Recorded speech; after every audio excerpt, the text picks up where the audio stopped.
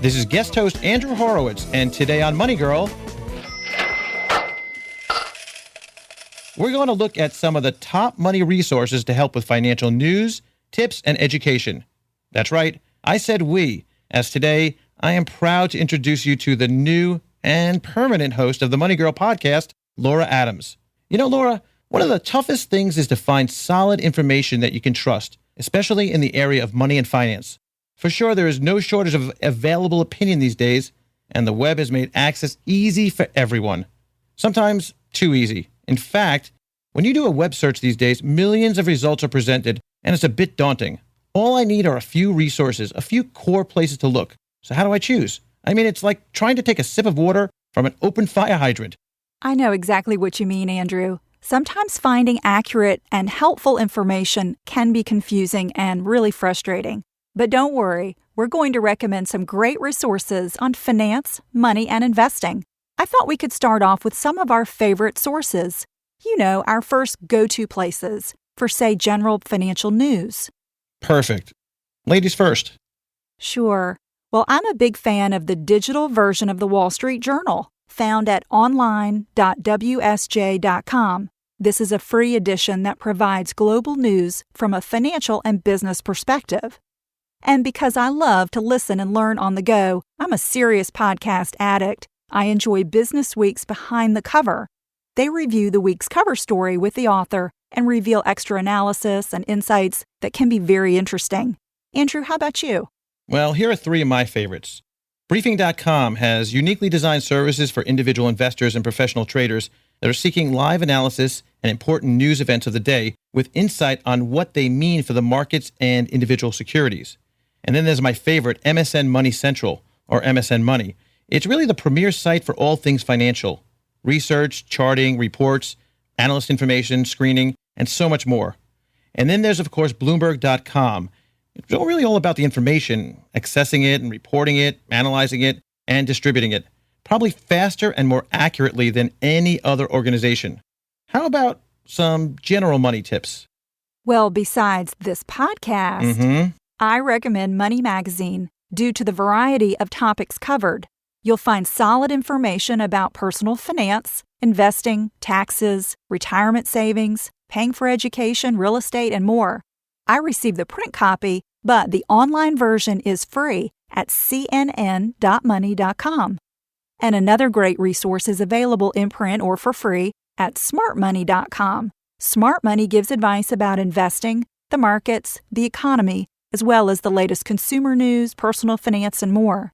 Andrew, tell me about your favorite sources for financial education. Okay. Well, there's Minionville, which is essentially a media company that has created branded properties that entertain and educate people interested in finance. Really a must-read and definitely worth a bookmark. Then there's, of course, the Street.com University, which is simply a great investor education source from a great name in finance. Jimbo Kramer and the gang will provide you more information than you could ever need on the markets and the economy.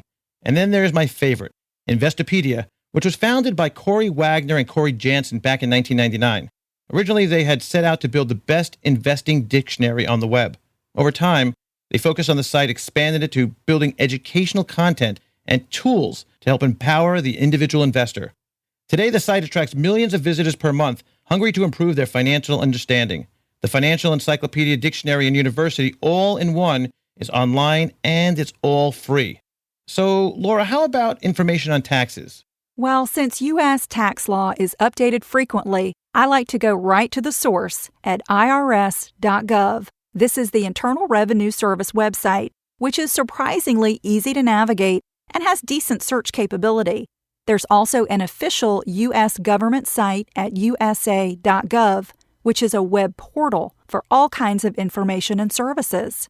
Andrew, what do you recommend for finding information on the subject of economics? Well, there's several ones that I really like that have great economic and earnings reports and information, but I really recommend dismal.com. It's a great resource for all economic data. The site is part of economy.com and was founded by the well-known and respected economist Mark Zandi.